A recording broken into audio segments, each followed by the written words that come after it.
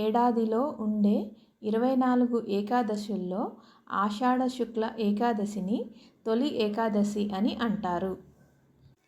ఈ రోజున విష్ణుమూర్తి పాలకడలిపై యోగ నిద్రలోకి వెళ్తారు. స్వామి నిద్రించే రోజు కాబట్టి దీనిని శయన ఏకాదశి అని కూడా అంటారు. పూర్వకాలంలో ఈ రోజునే సంవత్సరారంభంగా పరిగణించేవారు.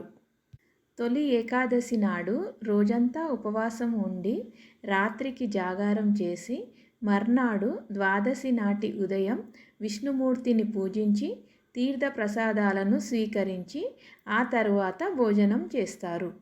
విష్ణుమూర్తి తొలి ఏకాదశి నాడు యోగ నిద్రకు వెళ్ళి మళ్ళీ 4 నెలల తర్వాత అనగా కార్తీక శుద్ధ ఏకాదశి నాడు మేల్కొంటారు. ఈ యోగ నిద్ర అనేది భూమిపై రాత్రి సమయాలు పెరుగుతాయి అన్నదానికి సూచన. ఈ 4 నెలల కాలాన్ని పవిత్రంగా పరిగణించి అందరూ చాతుర్మాస దీక్ష చేసేవారు. ఈ ఏకాదశిని పద్మ ఏకాదశి అని కూడా అంటారు. మురాసురుడు అనే రాక్షసుణ్ణి వధించడానికి విష్ణుమూర్తి తన శరీరం నుంచి జనింపజేసిన కన్యకనే ఏకాదశి అంటారు. ఆమె విష్ణువుని 3 వరాలు కోరింది. సదా మీకు ప్రియముగా ఉండాలి, అన్ని తిథులలోనూ ప్రముఖంగా ఉండి అందరిచే పూజింపబడాలి, నా తిథి యందు భక్తితో పూజించి ఉపవాసము చేసిన వారికి మోక్షము లభించాలి అని కోరినట్లు పురాణాలు చెప్తున్నాయి.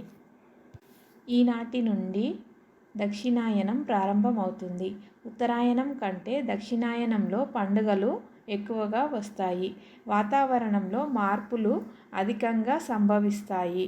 ఈ కాలంలో ఆరోగ్య పరిరక్షణ నియమాలు ఆచరించాలి. ఈ రోజున ఏకాదశి వ్రతాన్ని ఆచరించి నియమనిష్టలతో విష్ణువుతో పాటు లక్ష్మీదేవిని పూజిస్తారు. ఇలా చేయడం వల్ల శ్రీహరి అనుగ్రహంతో జీవితంలో సుఖశాంతులు సిరి సంపదలు కలుగుతాయి.